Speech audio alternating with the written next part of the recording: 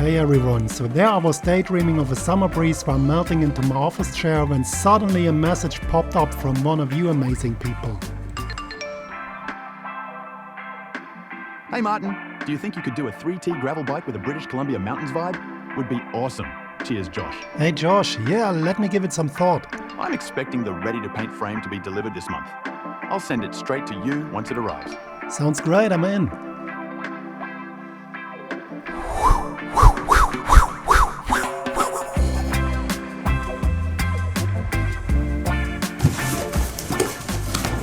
Yeah folks, the daydreaming is over, the frame arrived like a hurricane and now it's my turn to turn it into something special. I've done mountain themed bikes before, like the Specialized or the Rocky Mountain, but this time I'm going for something truly unique, inspired by something unbelievable I found on a tree. And speaking about trees, that's the whole theme of the video, because according to a saga there should grow a magic tree in the woods near the paint shop, so let's go on the hunt for a magic tree. I'm out in the woods with Sasha every day and one day I found the magic tree. And as you know, all my inspiration comes from nature and the tree impressed me so much that I'm going to design the bike on it. There's only a narrow path to the place where the magic tree grows, but Sasha knows the way exactly.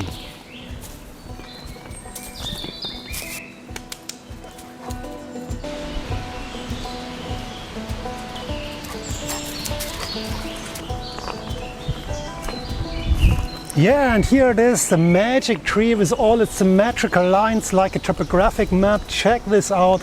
How cool is this? I'm not really sure if this is made by nature or maybe some insects, but it looks so cool and that's exactly my inspiration for the topographic bike. So let's take the magic tree as an inspiration for the topographic bike and let's head back to the studio to start the paint job. Yeah.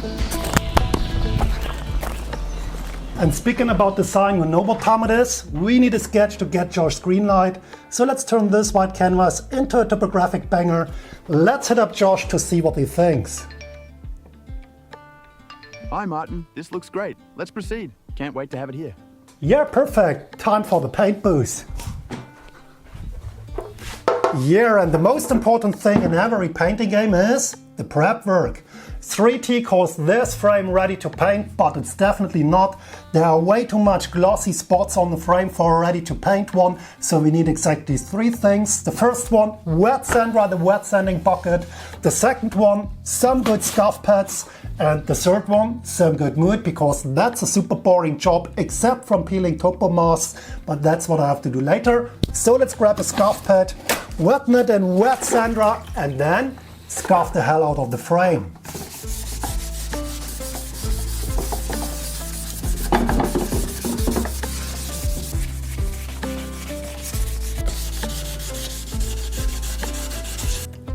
Yeah, sanding is super boring, so let's skip this step. I sanded all the parts of course, and I decided to go also with the handlebars and the stem, because these two parts are super important, because these are the parts that either the rider has an eye on when riding the bike, so they should be included in the design. It causes a lot of more work and working hours, but it would look perfect when these two parts are included in the overall design. And as you can see, I masked the handlebars, some of the areas which won't be painted. I masked also the fork. And now I have to apply some mask of the design, the original 3T design. And guess what? I got it from 3T, the original design file. How cool is this? It saves me a lot of work. So I have to mask some stripes on the fork where I will print the 3T. And I masked also the stripe for the big 3T on the down tube. Now I have to mask all the bearing seats, the dropouts, and also the bottom bracket. And then it's time to apply the first color.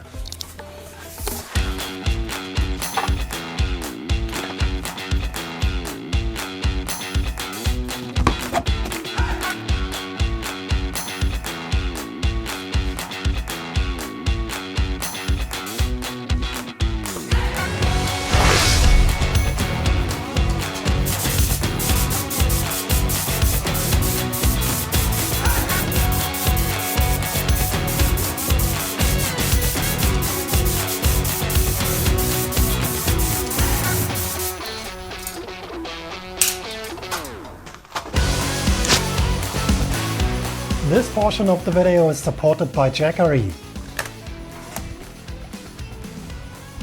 Making these videos can be expensive in terms of both money and energy. I need a lot of these video lights. I need also tons of compressed air, and that means I need an insanely huge 15 kilowatt compressor which is connected to a 30 amp grid.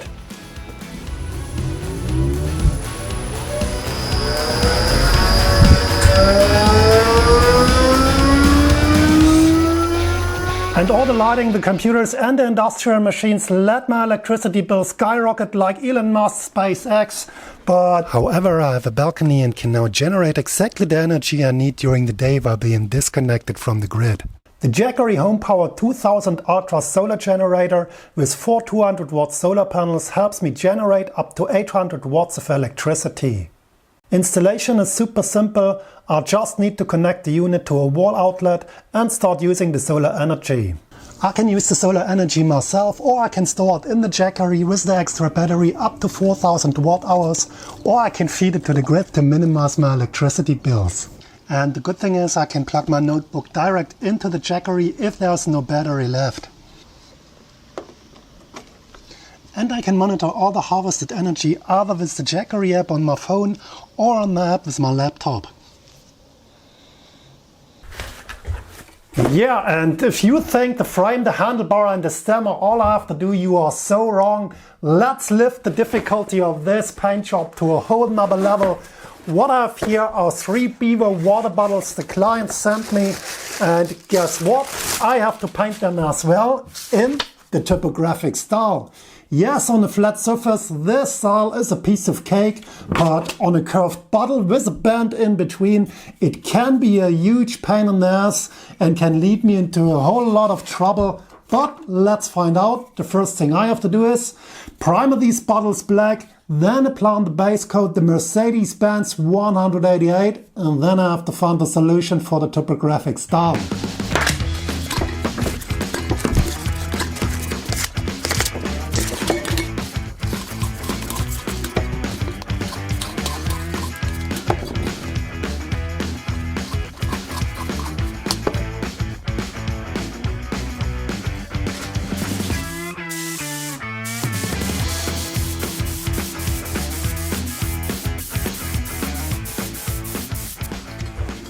Yeah folks, and guess what's next? A date with wet sander, my wet sanding bucket and some sanding sponges. And then there are hours of wet sanding ahead. Let's go!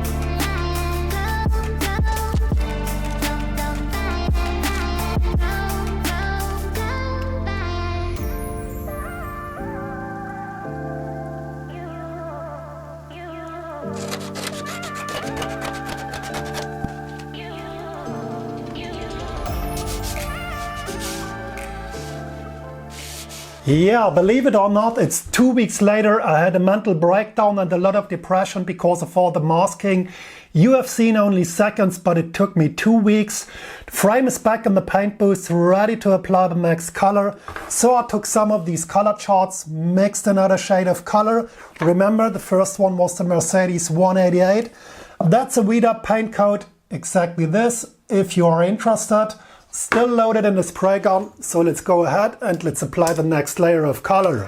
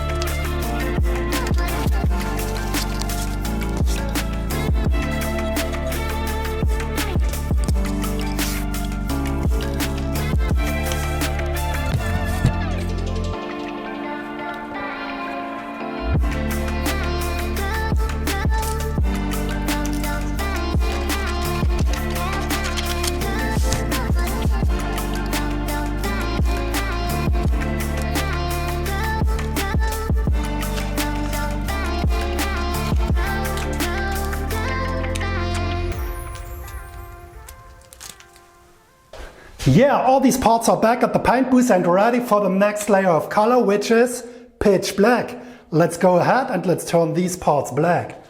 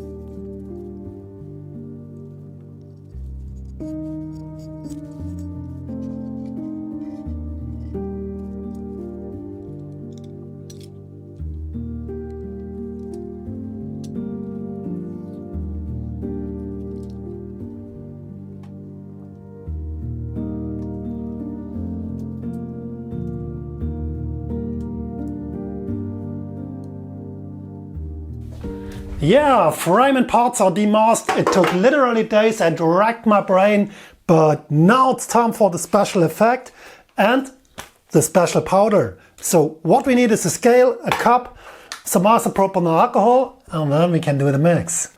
So let's put 2 grams of the Hypershift in the cup. That's more than enough, only 2 grams for the complete frame. And I will link it for you underneath in the video description. If you want to buy this Hypershift as well, check the video description underneath the video. That's enough. And now let's add some isopropyl alcohol.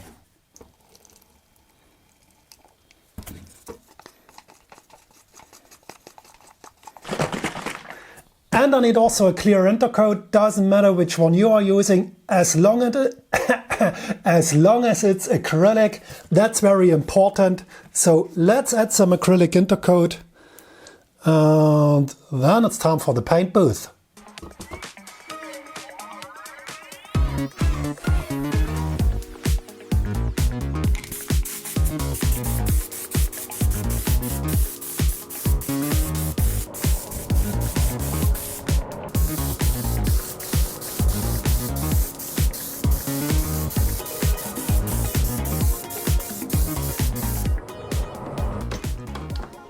Four weeks later, folks. 4 weeks, that's a complete hand without a thumb. The topo style killed me. Just take a minute and imagine how to do that topo style on a round object without any seam, even on the bottom. And now imagine how to do that, especially on the head tube and the bottom bracket. But are you ready for the full reveal? Here it comes. So thanks for your time. Thanks for watching. Don't forget to comment underneath the video. I'll read every of your comments and yeah, I will answer. So see you in the next video. I hope you like it. Goodbye.